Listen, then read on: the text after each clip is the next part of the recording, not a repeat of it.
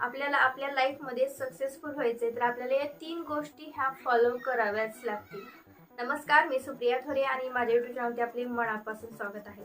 तर आपल्याला आपल्या लाईफमध्ये सक्सेसफुल व्हायचे तर आपल्याला काही गोष्टी ह्या पाळाव्याच लागतील, तरच आपण आपल्या लाईफमध्ये सक्सेसफुल होऊ शकतो. तर आपण आज या व्हिडिओमध्ये अशा 3 गोष्टी पाहणार आहोत, त्या जर आपण आपल्या लाईफमध्ये फॉलो केल्या तर आपण लाईफमध्ये 100% सक्सेसफुल होऊन जातो. तर पहिली अशी गोष्ट आहे ती म्हणजे डिटर्मिनेशन. आपण आपलं गोल हे फिक्स करतोच, पण ज्यावेळेस आपण गोल फिक्स करतो त्यावेळेस आपल्या गोलकडे जाण्यासाठी किती मेहनत करावी लागते, तिथे मेहनत आपल्याला करावीच लागते. परंतु त्या गोलकडे जात असताना आपल्याला काही अडचणी येतात. त्या अडचणी आपल्याला पार करून आपल्या गोलकडे वाटचाल करायची आहे.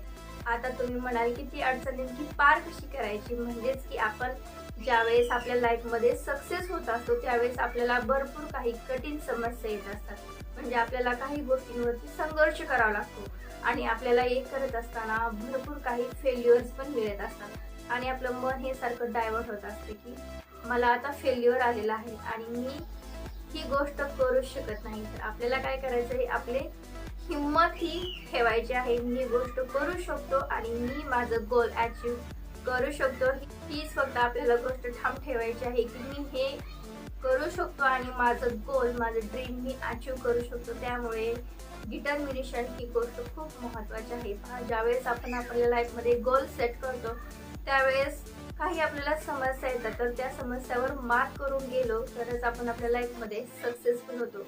अशी एक म्हण आहे की ज्यावेळेस आपल्या कामामध्ये काही संकट येत असतात तर आपण बरोबर दिशेने चाललेला आहे असं आपल्याला समजतं. परंतु ज्यावेळेस आपण कुठलं काम करतो त्या कामामध्ये कुठलीही अडचण येत नसेल तर आपण कुठेतरी रॉंग दिशेने चाललोय असं म्हटलं जातं.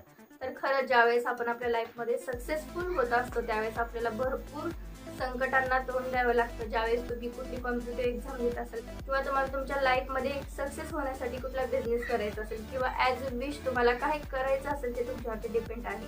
पण ज्यावेळेस तुम्ही त्या गोष्टी कराल त्यावेळेस तुम्हाला भरपूर कठीण समस्यांना तोंड द्यावंच लागेल.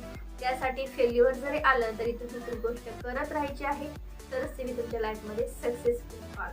सेकंड गोष्ट म्हणजे डिसिप्लिन. ज्यावेळेस आपण आपल्या गोलकडे जात असतो त्यावेळेस त्या गोलकडे आपल्याला जाण्यासाठी कुठले डिसिप्लिन म्हणजे कुठले नियम पाळावे लागतात तेही आपल्याला फॉलो करावे लागतात.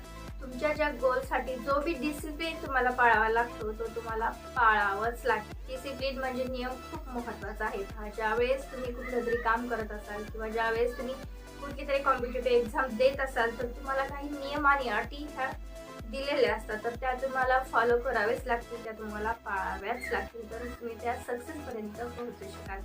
आणि तिसरी आणि लास्टची गोष्ट ती म्हणजे अशी नॉलेज.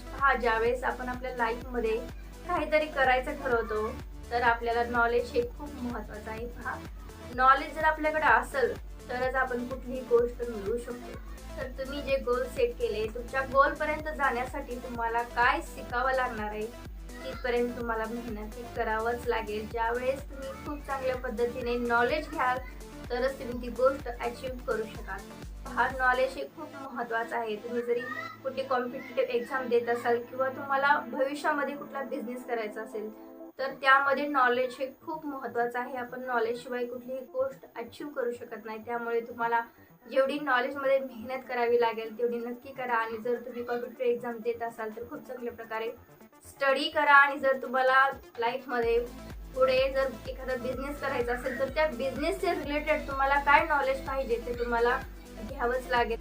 कुठलंही काम आपण बिना नॉलेज शिवाय करू शकत नाही. त्यामुळे आपल्याला जर आपल्या लाईफमध्ये पुढे जाऊन सक्सेसफुल व्हायचं असेल तर या 3 गोष्टी ह्या तुम्हाला पाळाव्याच लागतील: डिटर्मिनेशन, डिसिप्लिन आणि नॉलेज.